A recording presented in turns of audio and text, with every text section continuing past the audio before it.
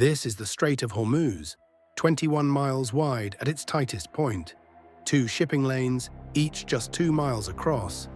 In 2024, 20 million barrels of oil passed through here every day, roughly 20% of everything the world consumes.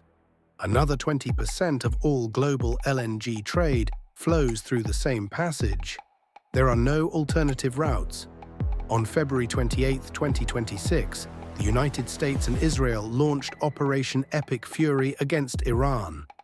Within hours, Iran's Revolutionary Guard issued a simple warning: nothing gets through.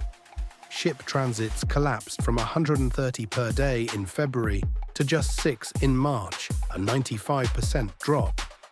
Gulf countries have since cut total oil production by more than 11 million barrels per day. Here is why this hits everyone, not just Asia. Oil is a global market.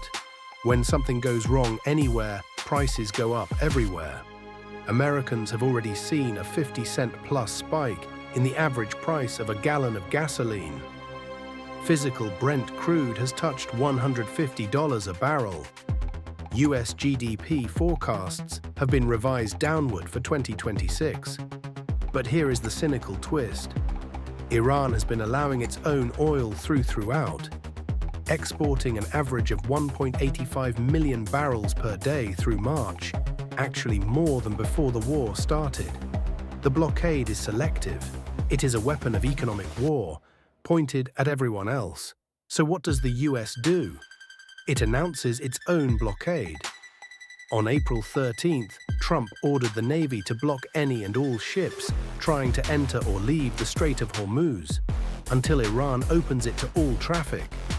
Oil futures immediately jumped nearly 8%. US crude hit $104 a barrel, 2 blockades, 1 strait.